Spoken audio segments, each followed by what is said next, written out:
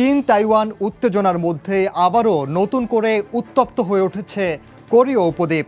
মঙ্গলবার জাপানের ওপর দিয়ে intermediate range ballistic missile IRBM এর পরীক্ষা চালিয়েছে উত্তর কোরিয়া। 2017 সালের পর এই প্রথম জাপানের ওপর দিয়ে এই ক্ষেপণাস্ত্র ছোড়ে পিয়ংইয়ং। একই সময়ে পূর্ব সাগরে ক্ষেপণাস্ত্র নিক্ষেপ করে নিজস্ব মহড়া চালিয়েছে দক্ষিণ কোরিয়া ও যুক্তরাষ্ট্র। তবে হঠাৎ করে কেন জাপানের ওপর দিয়ে IRBM এর মতো ক্ষেপণাস্ত্র উৎক্ষেপণ করল উত্তর কোরিয়া? কতটা বিধ্বংসী এই মিসাইল? কেন এবার যুক্তরাষ্ট্র ও দক্ষিণ কোরিয়া মহড়া শুরু করেছে? এসব প্রশ্নের উত্তর নিয়েই এবারের দৃশ্যপট।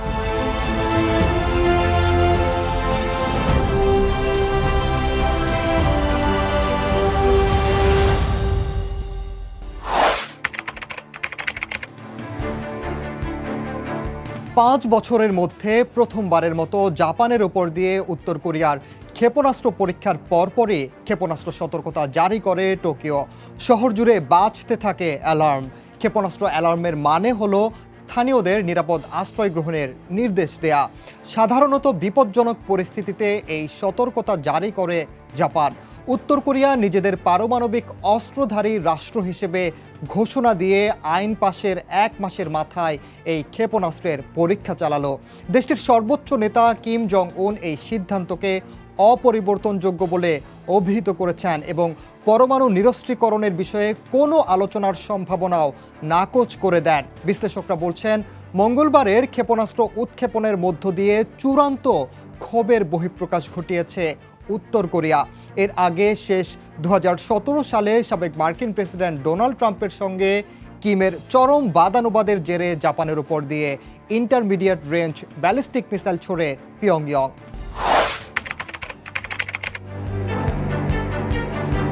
সিউলের ইউহা বিশ্ববিদ্যালয়ের নর্থ কোরিয়ান স্টাডিজের অধ্যাপক পার্ক ওয়ান গন গণমাধ্যম AFP-কে বলেন, 10 দিনের মধ্যে পিয়ংইয়ংয়ের মঙ্গলবারের পরীক্ষাটি 5ম ক্ষেপণাস্ত্র উৎক্ষেপণ এবং এটি যুক্তরাষ্ট্রকে একটি স্পষ্ট বার্তা পাঠায়।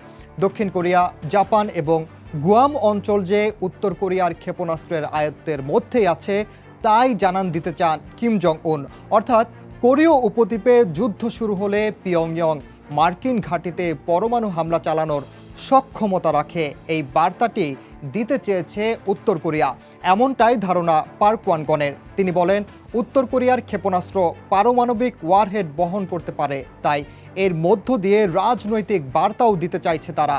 উত্তর কোরিয়াকে বাস্তব পরমাণু শক্তিধর রাষ্ট্র হিসেবে প্রতিষ্ঠার পাশাপাশি দেশটিকে সম্পূর্ণভাবে পারমাণবিক নিরস্ত্রীকরণ যে সম্ভব নয় তাও হয়তো জানান দিচ্ছে কিম প্রশাসন।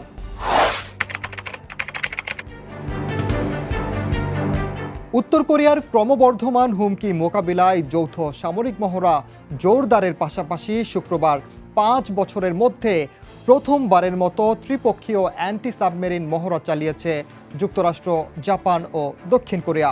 যুক্তরাষ্ট্র ও দক্ষিণ কোরিয়ার নৌবাহিনীর বড় ধরনের মহড়া চালানোর মাত্র কয়েকদিনের মধ্যেই এই ক্ষেপণাস্ত্র পরীক্ষা চালিয়েছে উত্তর কোরিয়া। বিশ্লেষকরা বলছেন, সিউল, টোকিও ও জাপানের এই ধরনের মহড়া পিয়ংইয়ংকে ক্ষুব্ধ করেছে। কিম প্রশাসন মনে করে তাদের হামলার জন্যই যুক্তরাষ্ট্রের নেতৃত্বে মহড়া চালাচ্ছে প্রতিবেশী 2 দেশ। এছাড়া গেল সপ্তাহে মার্কিন vice president Kamala Harris Seoul পরিদর্শন করেন। এ সময় উত্তর ও দক্ষিণ কোরিয়ার অসামরিক অঞ্চলও ঘুরে দেখেন তিনি। মূলত দক্ষিণ কোরিয়ার প্রতিরক্ষার প্রতি যুক্তরাষ্ট্রের প্রতিশ্রুতি ও সমর্থন দেখাতে গিয়ে তিনি অসামরিক অঞ্চলে যান বলে মনে করে পিয়ংইয়ং। উত্তর কোরিয়ার আক্রমণ থেকে রক্ষায় দক্ষিণ কোরিয়া সীমান্তে প্রায় 28,500 মার্কিন সেনা মোতায়েন রয়েছে।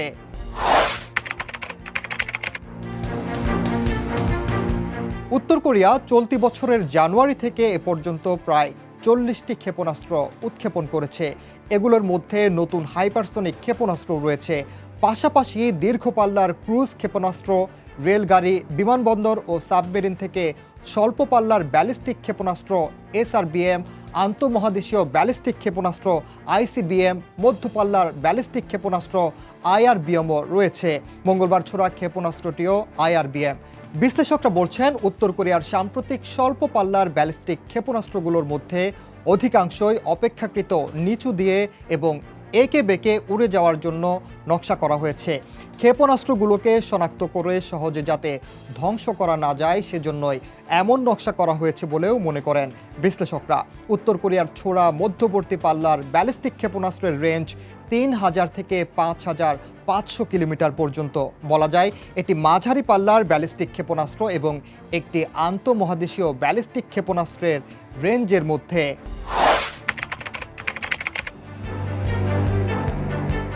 জাপানের ওপর দিয়ে পিয়ংইয়ংয়ের ক্ষেপণাস্ত্র ছোড়ার ঘটনায় যুক্তরাষ্ট্র জাতিসংঘের নিরাপত্তা পরিষদের জরুরি বৈঠক ডাকে। নিউ ইয়র্কে জাতিসংঘ নিরাপত্তা পরিষদে উত্তর কোরিয়ার ক্ষেপণাস্ত্র পরীক্ষা নিয়ে বৈঠকে যুক্তরাষ্ট্র যখন নিন্দা জানায় তার প্রায় ঘণ্টাখানেক পরেই পিয়ংইয়ং আবারও ক্ষেপণাস্ত্র উৎক্ষেপণ করে। নিরাপত্তা পরিষদে দেয়া বক্তব্যে যুক্তরাষ্ট্র বলেছে, ওয়াশিংটন ও সিউল যৌথ সামরিক মহড়ার প্রতিক্রিয়ায় উত্তর কোরিয়া এসব ক্ষেপণাস্ত্র পরীক্ষা চালাচ্ছে। দক্ষিণ কোরিয়ার সামরিক বাহিনী জানিয়েছে, বৃহস্পতিবারও দুটি স্বল্প পাল্লার ব্যালিস্টিক ক্ষেপণাস্ত্র নিক্ষেপ করেছে পিয়ংইয়ং। জাপান সাগর অভিমুখে ক্ষেপণাস্ত্র দুটি ছোড়া হয়। দক্ষিণ কোরিয়া ও জাপানের পক্ষ থেকে বলা হয়, প্রথম ক্ষেপণাস্ত্রটি স্থানীয় সময় সকাল ৬টার দিকে ছোড়া হয়। এটি প্রায় ৩৫০ কিলোমিটার পথ অতিক্রম করে। দ্বিতীয় ক্ষেপণাস্ত্রটির ফ্লাইট রেঞ্জ ছিল ৮০০ কিলোমিটার। সাম্প্রতিক ক্ষেপণাস্ত্র পরীক্ষাকে যুক্তরাষ্ট্র ও দক্ষিণ কোরিয়ার যৌথ সামরিক মহড়ার পাল্টা ব্যবস্থা হিসেবে বর্ণনা করে বিবৃতি দিয়েছে উত্তর কোরিয়া।